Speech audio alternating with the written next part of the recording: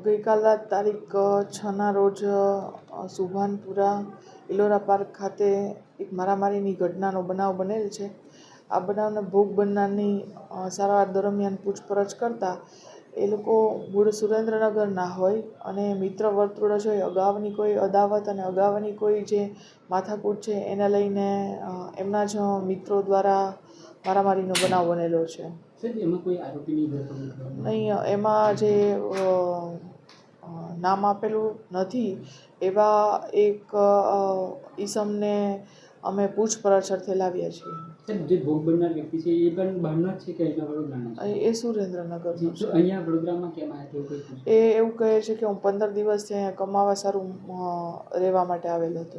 સામેવાળા જે મિત્રો હતા એ સામેવાળા મિત્રો છે, કોઈ અમદાવાદ રહે છે, કોઈ સુરત રહે છે અને કોઈ સુરેન્દ્રનગર રહે છે. શું કઈ બનાવ હતો બંને વચ્ચે? શું કઈ અગાઉની કોઈ બોલાચાલીને મિત્રતાની અંદર જ માથાકૂટ થયેલી એને કારણે બતાવે છે. અને ભોગ બનનારની રાતની જે હાલત છે એની અંદર વધારે પૂછપરછ થઈ શકી નથી, એટલે થોડું ભાનમાં આવીએ.